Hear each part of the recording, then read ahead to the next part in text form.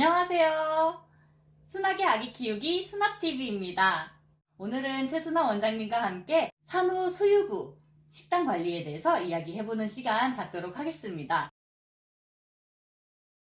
아기 키우면 너무 힘들어. 젖 만들려고 하니까 이것도 안 돼, 저것도 안 돼라고 말씀을 하시잖아요. 근데 이 시간에 말씀드리고 싶은 것은 우리들이 일반적으로 먹던 음식은 다 드셔도 돼요. 근데 다만 너무 기름진 거, 너무 짠 거, 너무 매운 것을 제압을 하면 우리가 다 먹을 수 있어요. 일단 두부, 순두부, 그 다음에 계란 노른자, 익힌 나물, 해물류, 버섯류, 이런 등등 익힌 것은 다 좋아요. 전부 풀이네요. 고기 같은 거 먹으면 안 되는 거예요? 고기 먹어야 돼요. 단백질이 정말로 필요한 게 단백질이거든요. 그래서 돼지고기는 안심, 네네. 소고기는 사태, 닭고기는 가슴살, 아. 이런 위주로 우리가 식단을 조절해야 돼요. 예를 들어서 오늘 프라이드 치킨 먹고 싶어. 그 냄새 얼마나 맛있어 보여요. 근데 유관이 막혀서 오는 엄마들이 있어요.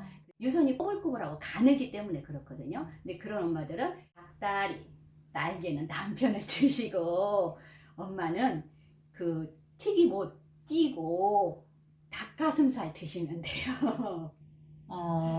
그러면 단백질이 중요한 거니까 간식 대용으로 두유 같은 것도 이제 좀 많이 먹어주면 좋을까요? 우유, 두유, 등푸른 생선, 땅콩, 이런 것들은 아기 배에 알레르기 산통을 일으키는데, 그럼 우유와 두유를 먹지 말아야 될까요? 그건 아니에요. 정량을 먹으라는 거예요. 과하지 않게. 그것이 두유 한 잔, 우유 한 잔. 이게 하루의 정량이에요. 하루에요? 네, 하루에 한 잔. 젖이 잘 나오게 한다고 두유를 아침에도 점심에도 저녁에도 이렇게 그 새끼를 먹잖아요. 그럴 때 젖맛을 보면 젖맛이 굉장히 떡드름한 맛이 나요. 우유, 두유, 등푸른 생선. 등푸른 생선이라고 하면 고등어 같은 거요? 꽁치 고등어를 말하거든요. 꽁치 고등어는 DHA가 높아서 뇌를 키운다고 그러잖아요. 근데 꽁치 고등어는 애기 배를 알레르기 산통을 일으킬 뿐더러 그거를 먹고 젖맛을 보면은 엄청 비린 맛이 나요. 그래서 아기가 이렇게 물어 뜯을 수가 있어요. 꽁치 고등어 대신 그럼 생선 먹고 싶어요. 그럼 어떤 걸 먹어야 될까요? 조기나 갈치 등 흰살 생선으로 생선을 드시면 되겠습니다. 근데 젖은 아기에게 먹이는 거잖아요. 젖 맛을 나도 이렇게 보나요? 젖은 아기의 음식이라고 제가 말씀드렸죠. 네. 만약에 오늘 저녁에 밥을 할 때 국을 끓여요. 간 봐요, 안 봐요? 보죠. 나물을 무쳤어요. 간 봐요, 안 봐요? 보죠. 이건 뭐예요? 애기 밥이잖아요. 간을 봐주셔야지. 그럼 내가 먹어봐야 되는 거군요. 네, 아침, 점심, 저녁으로 맛을 보고 이런 맛이 나는구나. 그런데 어느 날 아기가 젖을 꿀꺽꿀꺽꿀꺽 잘 먹어요. 이런 맛을 우리 아기는 좋아하는구나. 어느 날 아기가 엄마 젖을 물고 물어 뜯고 방아찐다고 엄마들은 말하거든요. 뭐 넣었다 뺐다 넣었다 뺐다 이렇게 하면서 막 싫어해요. 그러면은 저한테 전화 와요, 엄마들이. 원장님, 젖이 줄었나 봐요. 우리 아기가 너무 싫어해요. 그럼 제가 뭐라고 하는지 아세요?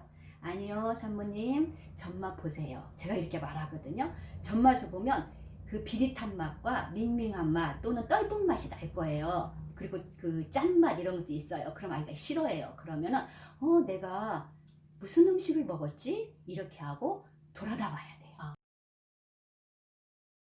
그 우리나라 선조들은 너무 지혜로웠어요. 우리가 아기를 낳고 나면 우리 몸에 어혈이 생기거든요. 근데 이 어혈을 풀어줘야 돼요. 그 풀어주는데 1등 공신이 미역이 하는 일이에요. 그래서 그 미역국을 산모들한테 끓여서 줬거든요. 그 미역을 이제 산모들한테 먹여서 산모님들이 그걸 먹고 몸에 어혈이 풀어지니까 몸이 가볍게 이렇게 느껴졌었던 거거든요. 근데 이게 점점 세월이 지나면서 와전이 돼가지고 미역국을 한 그릇씩 먹어야 젖잘 나와. 야야, 미역국 많이 먹어야 젖잘 나온다. 어머님들이 이렇게 말씀하시니까 미역을 계속 그렇게 먹는데, 미역을 이렇게 너무 오래 먹다 보면은 요오드 함량이 너무 많거든요. 요오드 과다에 걸려요. 요오드 과다에 걸리면 요오드는 어떤 일을 할까요? 갑상선? 네, 갑상선에 영향을 미치는 거예요. 그래서 이것은 어느 교수님이 쓴 논문에 나와 있는 얘기인데, 우리나라 아기들이 너무 요오드가 높더라는 거예요. 그래서 그 교수님께서 말씀하시기를, 산모님께서 아기를 낳고 나서 어혈을 풀어주기 위해서 먹는 미역은 3주면 된다. 3주. 그러니까 산모님들이 아기를 낳고 병원에 있어요. 조리원에 2주 가요. 그럼 집에 와서 굳이 미역국을 아침, 점심, 저녁으로 이렇게 먹지 않아도 된다는 거예요. 그때는 이제 내가 먹고 싶은 국, 된장국, 소고기 묵국, 콩나물 북엇국, 뭐 연포탕, 아욱국 이런 것들이 또 산모님들 회복도 빠르게 하는 음식 중에 속합니다. 그래서 그런 음식으로 골고루 먹으라는 거고, 미역은 뭐 어쩌다 한 번씩 먹는 건 다 괜찮아요. 근데 아침, 점심, 저녁 이렇게 달고 먹는 것은 아기 낳고 나서 3주 정도만 먹어줬으면 좋겠다, 이렇게 말씀을 드리고요. 근데 여기서 중요한 게 있어요. 산모님 미역국은 기름에 볶지 말 것, 나중에 다 끓이고 나서 들깨가루 넣지 말 것, 맑게 끓일 것. 이렇게 기름진 것을 계속 먹다 보면 엄마의 유질이 기름지고 유관이 막힐 그런 염려가 있기 때문에 산모님들의 미역국은 맑게 끓입니다. 그 기름진 음식에 식물성 기름도 약간 포함이 되는 건가요? 유질이 굉장히 그 기름진 사람이 있어요. 아, 유난히? 네, 그런 사람들은 참기름도 조금 선별해서 드실 필요가 있어요. 네. 매운 거 먹으면 안 돼, 이런 말들이 있잖아요. 근데 일상적으로 우리가 먹었던 거 다 드셔도 돼요. 근데 너무 맵게 하지 말고 드시라는 걸 말씀드리고 싶어요. 한 달 안 먹어, 2달 안 먹어, 3개월, 그러니까 100일 정도 되면 막 먹고 싶어져요.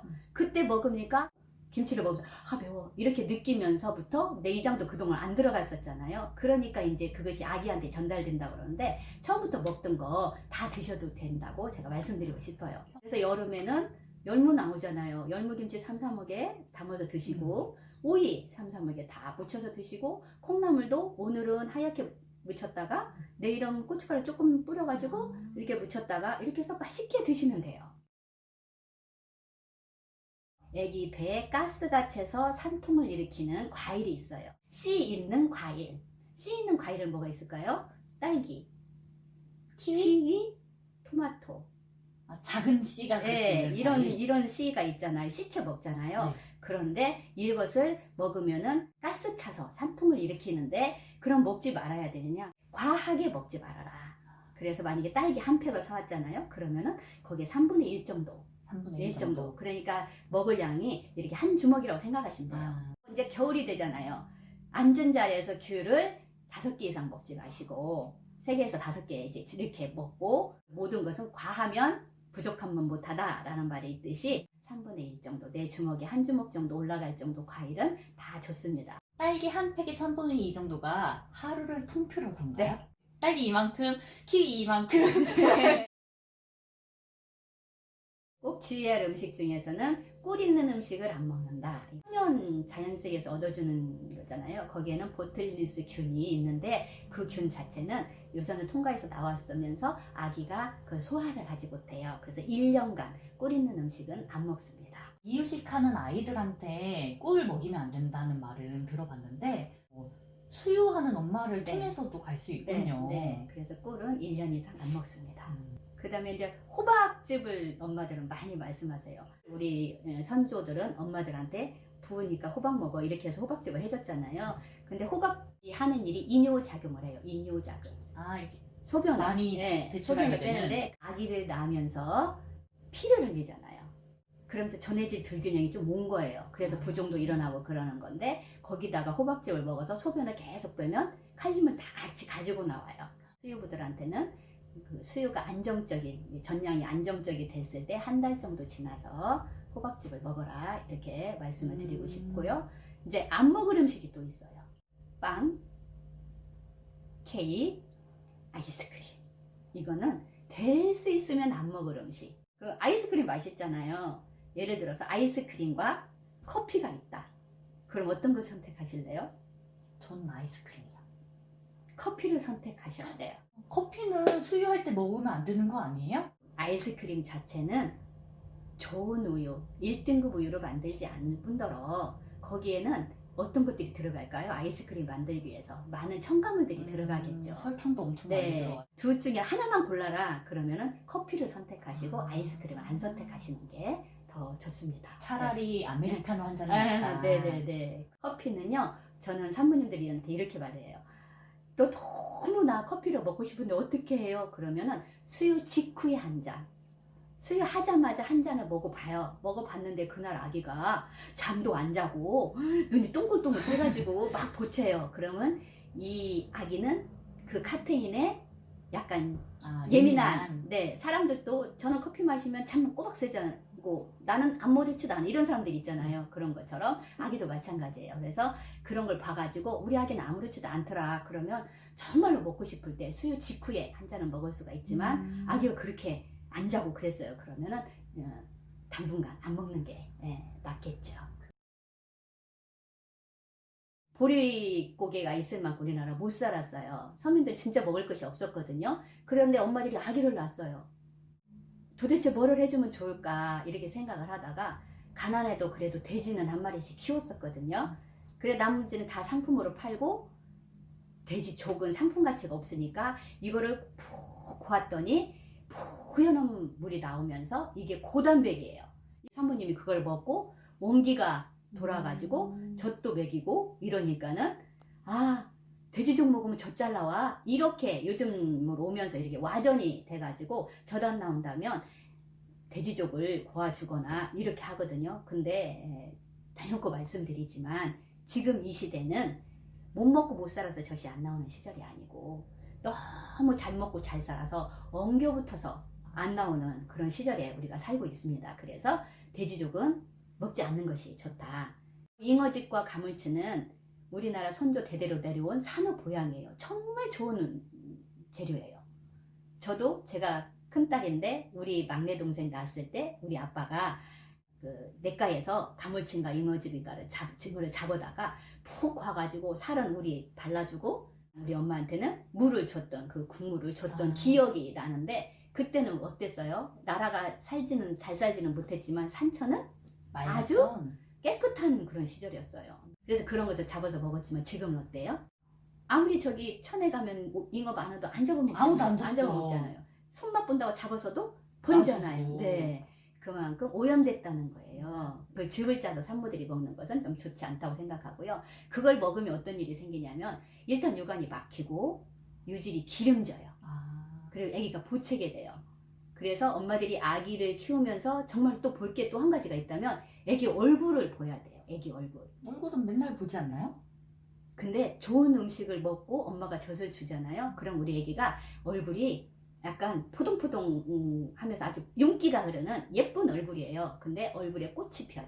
꽃이 핀다는 건 뭘까요? 이렇게 빨갛 낳고 노랗게 곰고 태열이 심하고 이랬을 때 엄마들은 내가 뭘 먹었지? 어제 이게 얼굴이 안 났었는데 오늘 뭐가 난데? 어머 내가 뭐 먹었지? 라고 생각을 하셔야 돼요. 네. 제가 결혼을 하고 큰딸을 낳았을 때 우리 시어머니가 저한테 한 말이 있어요. 얘 생선 기름에 튀겨 먹지 마. 그랬거든요. 그래서 왜요? 그랬어요. 그때는 내가 모유수유 공부를 안 했기 때문에 신경과 간호사여서 그거 몰랐어요. 그랬더니 애기 얼굴이 꽃핀다? 너무 우리나라 어른들은 지혜로워요. 네. 애기 얼굴에 꽃핀다 그러더라고요. 그래서 저는 생선도 기름에 안 튀겨 먹고 쪄 먹고 그랬어요. 젖이 너무 많아가지고 젖을 말릴 때 우리나라 사람들이 엿기름을 먹었는데요. 그때 먹은 엿기름은 그 엿기름을 걸른 생물을 먹었거든요. 그거 되게 역하지 않나요? 네, 근데도 그걸 먹었어요. 왜냐면 그때는 그런 것밖에 없었으니까. 근데 그걸 먹었는데 식혜는 그걸 끓인 거잖아요. 그 저온에 발효시켜서 끓인 거기 때문에 식혜를 한 잔 정도 먹는 것은 아무렇지도 않습니다. 네. 적당량 드시면 드시면 제일 어려운 말인 것 같아요. 적당량. 우리가 음식을 먹으면은 그 음식이 우리 몸으로 가서 그게 잘게 잘라져서 그게 세포 속으로 들어가야 되거든요. 근데 지금 우리 시대를 보면은 단백질, 탄수화물, 지방은 너무 많이 먹는 시절에 살고 있어요. 근데 이 단백질, 지방, 탄수화물을 분해시켜서 세포 속으로 들어가서 영양가가 되게 만드는 음식이 있는데, 영양소가 있는데 그것은 비타민과 무기질이에요. 종합비타민제를 드셔라. 종합비타민제를 드시면은 엄마들이 먹었던 음식들이 다 살로 피로 이렇게 가기 때문에 원기가 이렇게 북돋워지는 것을 볼 수가 있을 거예요. 근데 종합 비타민제를 먹을 때 시중에 너무 많은 종합 비타민제가 천차만별이잖아요. 그래서 어떤 종합 비타민제를 선별해야 되냐면 거기에 임신부도 수유부도 먹으면 된다, 먹어도 된다라는 그것이 마크가 있는 그런 영양제를 선별해서 드셨으면 좋겠습니다. 오늘은 이렇게 수유 시에 먹으면 도움이 많이 되는 음식, 그리고 우리가 주의해야 할 음식들 알아보는 시간 가졌는데요. 이렇게 맛있는 음식 많이 드시고 맛있는 젖 만들기 같이 해보셨으면 좋겠습니다. 건강한 모유 수유 행복한 모유 수유, 수나TV와 수나TV와 함께 하세요.